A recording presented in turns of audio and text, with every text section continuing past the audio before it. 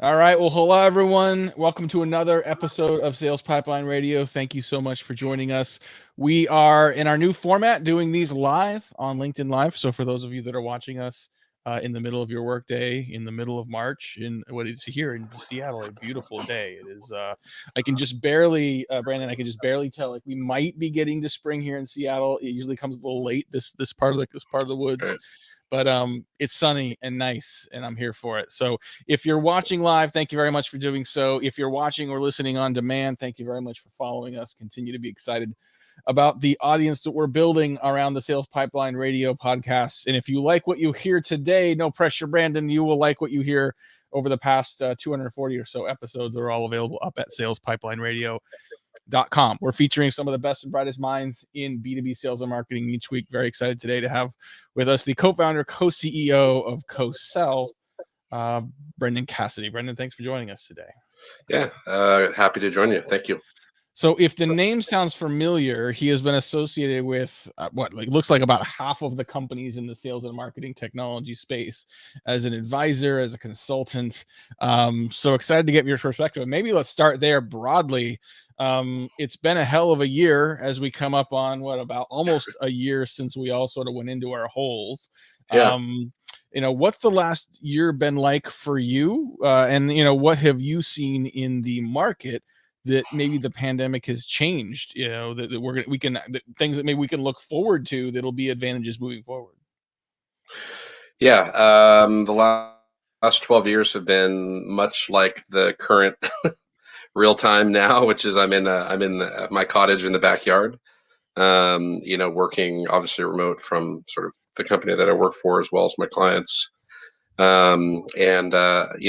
Unlike many, I actually do look forward to someday interacting with people maybe in a sort of work environment in person. I know everybody's like, hey, it's remote forever kind of thing, but I'm actually like, hey, like when it's safe, I'd love to be able to interact and maybe, sort of collaborate with people in person, but not yet, not safe to do that yet, but someday, I think. Someday soon. I think we're seeing a little bit of a light at the end of the tunnel. Very excited to see some of the advancements, both in sort of the vaccine as well as the distribution strategies. And I have considered myself lifelong to be an introvert. But this year has tested that. I do miss getting out and seeing people. I love my family dearly. I have cherished the time with them, honestly, instead of being 100,000 miles plus on the road. But there's certainly been some silver linings in these clouds as well. One of the reasons I was excited to have you on, and not only sort of with your experience and sort of expertise in the space, is also to talk a little bit about CoSell and what you guys are doing there. Because I think this year has changed the way a lot of people think about their go-to-market strategy. Literally a year ago, we pulled everybody out of the field. We didn't have salespeople making calls. We didn't have events we were doing. You couldn't even do your own events. So it changed people's go-to-market strategy. But a lot of people continue. A lot of the companies we talk to continue to have a very direct sales model.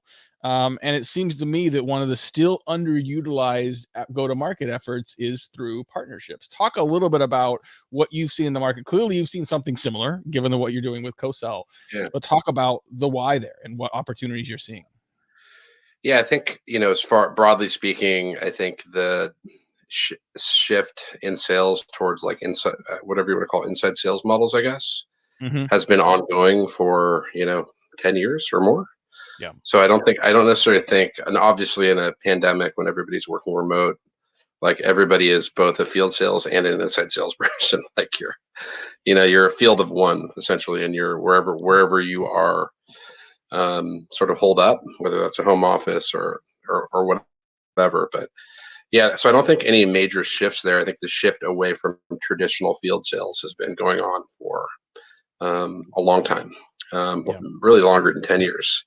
And obviously the technologies that enable that motion or that go-to-market motion have also evolved over that time, right? So most obviously the focus on sort of outbound kind of brute force sales development, right? Outreach, sales loft, Zoom info, and that motion. There was a time 15 years ago when sales owned none of that, right? And that market, sort of the entire demand gen sort of responsibility was essentially viewed as marketing's responsibility. And so that shifted over time, almost entirely from one camp to the other. Mhm. Now where you see that go-to-market motion owned by sales most of the time.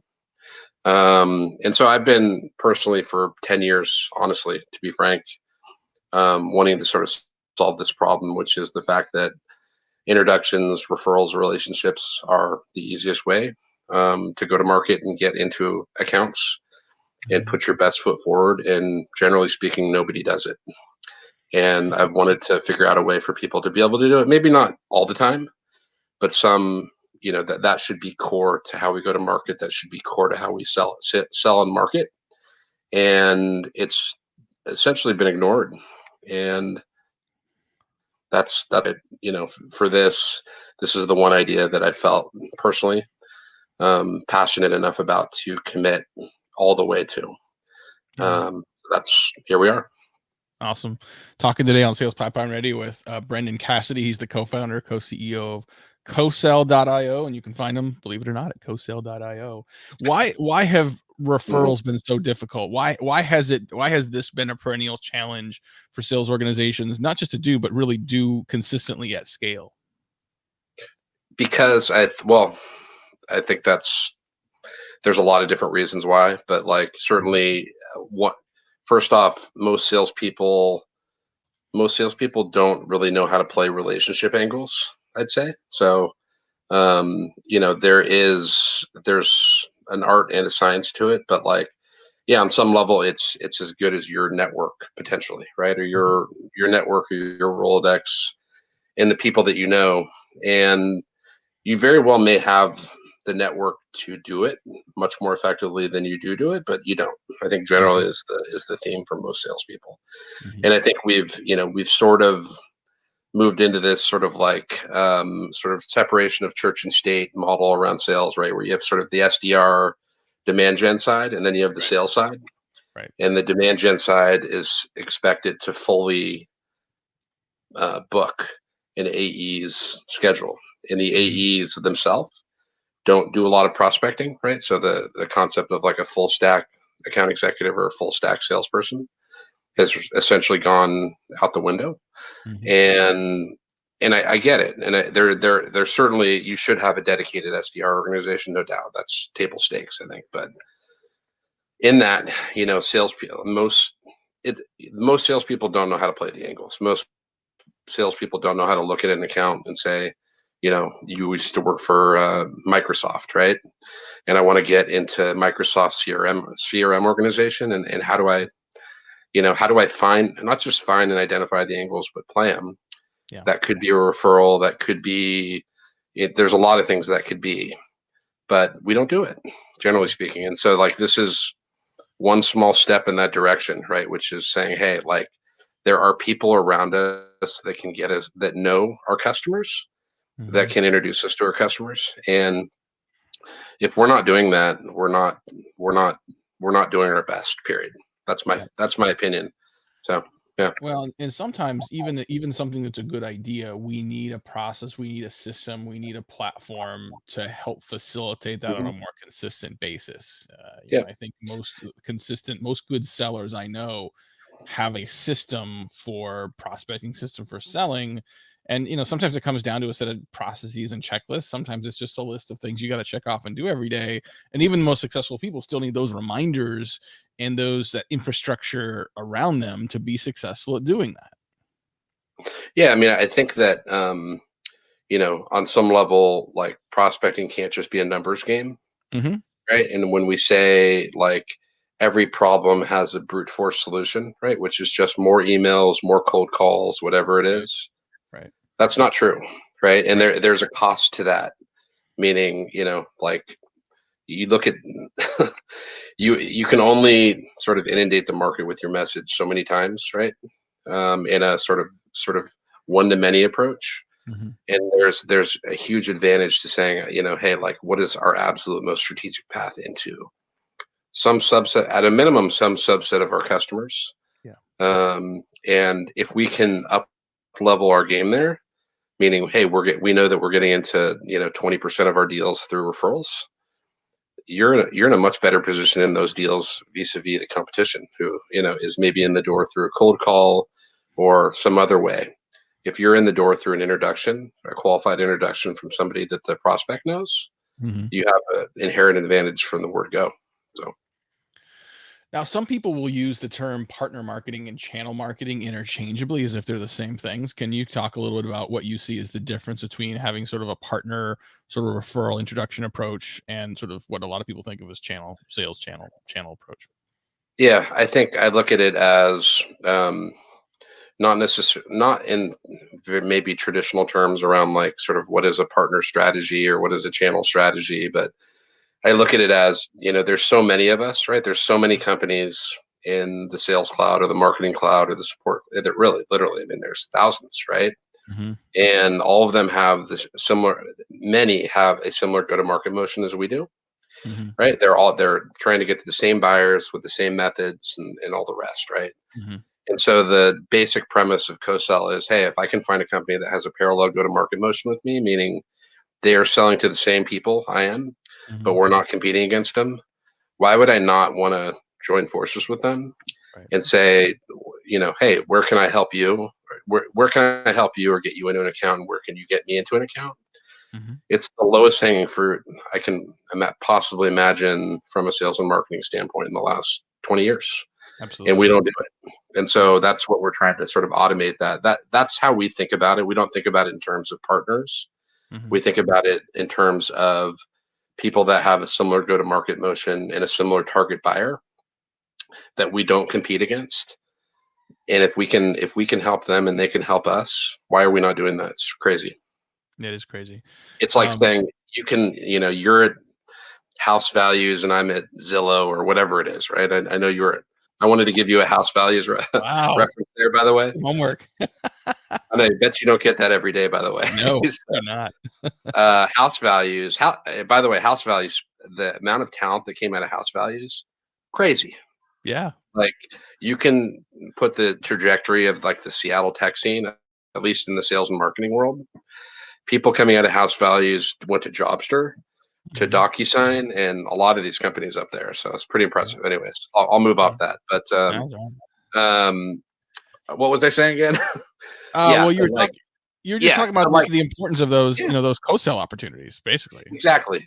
Like so for instance, if I'll just throw two companies out there, say Outreach and Gong, right? Mhm. You don't think of them as competitors, maybe they do compete at some point and there's overlap. I'm not trying to get into how Right. that space plays out or consolidates over time, but here's two companies that, hey, like we're selling to the same customer, Mhm. non-competing solutions.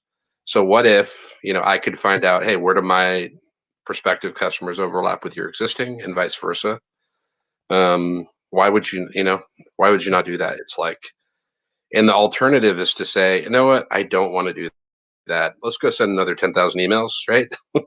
And that seems to be the mentality. And changing that behavior for me is the most important thing I could do in my career. I was early at LinkedIn, 15th employee at LinkedIn, built the corporate sales org there. EchoSign, we were acquired by Adobe, Mhm. Talkdesk, Gong, all these companies I helped build. And I view this as the most important thing I can do in my career, which is, Yeah.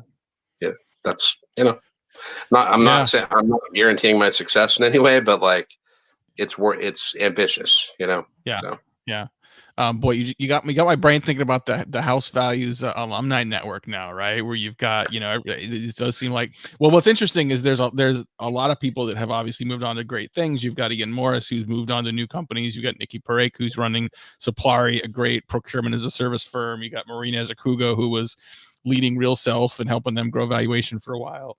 And then you have Scott Smith, shout out Scott Smith, who's still there, Brandon. He's so he was, like House Values became market leader, sold to Trulia. Truly got bought by Zillow. Zillow sold market leader. And Yeah. then recently, market leader bought Top Producer, which was a CRM competitor to House Values back in the day. And Scott's running that whole empire now. So shout out Yeah. to Scott and everyone else who's come out Yeah, of that I as bet well. I bet the campfire stories will probably go for a while on surviving all those transitions too. There, we are awful at getting the alumni group back together. There was a couple 3 years ago. There was sort of a just any and all House Values Market Leader alumni event at their new office building that was super fun. Even the Being Mark able to, Howell. yeah, I think. surviving, sort of being the acquired, right? Yeah. And surviving all the different layers of post-acquisition change. Yep. I think that's in and of itself an art form.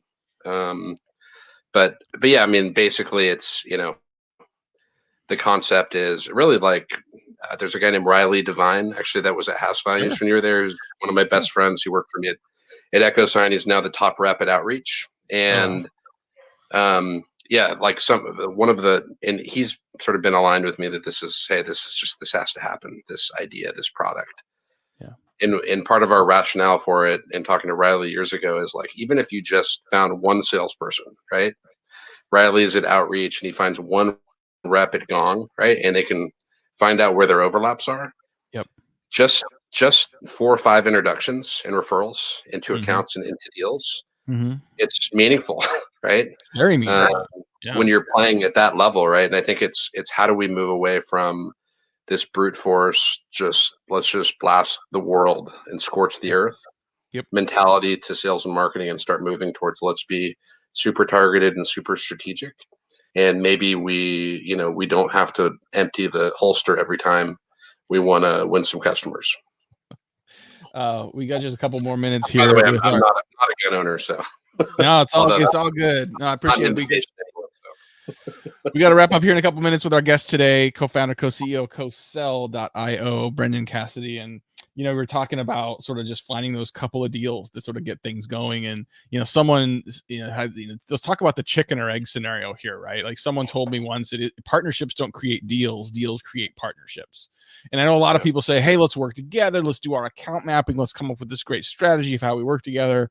Like that's all great and fine and good. But sometimes you get those 1 or 2 deals where you go to market together and all of a sudden you're like, okay, there's juice here. This really works. It validates things. In your experience, like what's the chicken and the egg? Like, do you focus first on deals, or do you find those like-minded partners and build some structure behind it? Yeah, I mean, certainly this can't happen without some partners, right? On some level. So what we've seen a lot of the time is it's like 2 VPs of sales for company X and company Y, right? Because the sales leadership community has kind of become a real community over the last 5 or 6 years. So a lot of us know each other. And so it's like, hey, I know Matt. Matt runs sales at this company. I know he sells to CROs, right? And then I reach out and I'm like, maybe we can help each other, right? So it really kind of starts at that level. I think when it's just a partnership manager level initiative, that's not good enough, right? Yeah. Like this has to be an initiative that has the full support and sponsorship of sales leaders. Oftentimes that's where the partnership side reports. And I think that's, certainly we're not the first to kind of come into this arena. There has been some companies that have been here, raised money, and had, and created, real progress and momentum for themselves. But I don't view this, I review this as a referral. This is about driving referrals and introductions through people we know. This is not just about partner enablement. And I think that's, if you're just selling a solution to partner managers, you're not getting it done, in my opinion. Right. Because that's not selling into the power, really, quite frankly. And so that's, where we're going here is the sort of intersection of sales leadership and sort of the partner side of the business, which to this point has been mostly unmarried, just because most VPs of sales don't view the partnership side as accretive. And they're coming your way. So I would tell any partner manager listening, VP of sales is coming. So you're going to have to, this is going to have to be a joint effort between the partner side of the business and the sales side of the business, because the sales side is the only way you can really get distribution for this. You can't get it through a single partner manager trying to mine deals through partners while you have 30 salespeople over here, sort of going their own way. And so that's my take on it. And that'll be a shift, because to this point, most partner managers want to just kind of use this as kind of their secret garden, right? And ain't gonna work no more. So Yep. Got it. Yeah. So good advice. And we're looking forward to being a big part of that behavioral shift. Yeah. Well, I've been impressed with what I've seen so far from CoSell. So definitely, folks, check out cosell.io. Lots to learn there. They've got a great blog and podcast as well. Yeah. So learn more about making this part of your regular motion in your business and your go-to-market strategy. Brendon Cassidy, co-founder, co-CEO, cosell.io. Thanks very much for joining us today. Yeah. Thanks. Glad to join you. Thank you. Absolutely. Well, thanks everyone for listening and watching. We'll be here again next week, every week, Thursday at 11:30 Pacific, 2:30 Eastern, live on LinkedIn. And thanks everyone for listening on the podcast as well. This is Matt Heinz. You've been listening to Sales Pipeline Radio.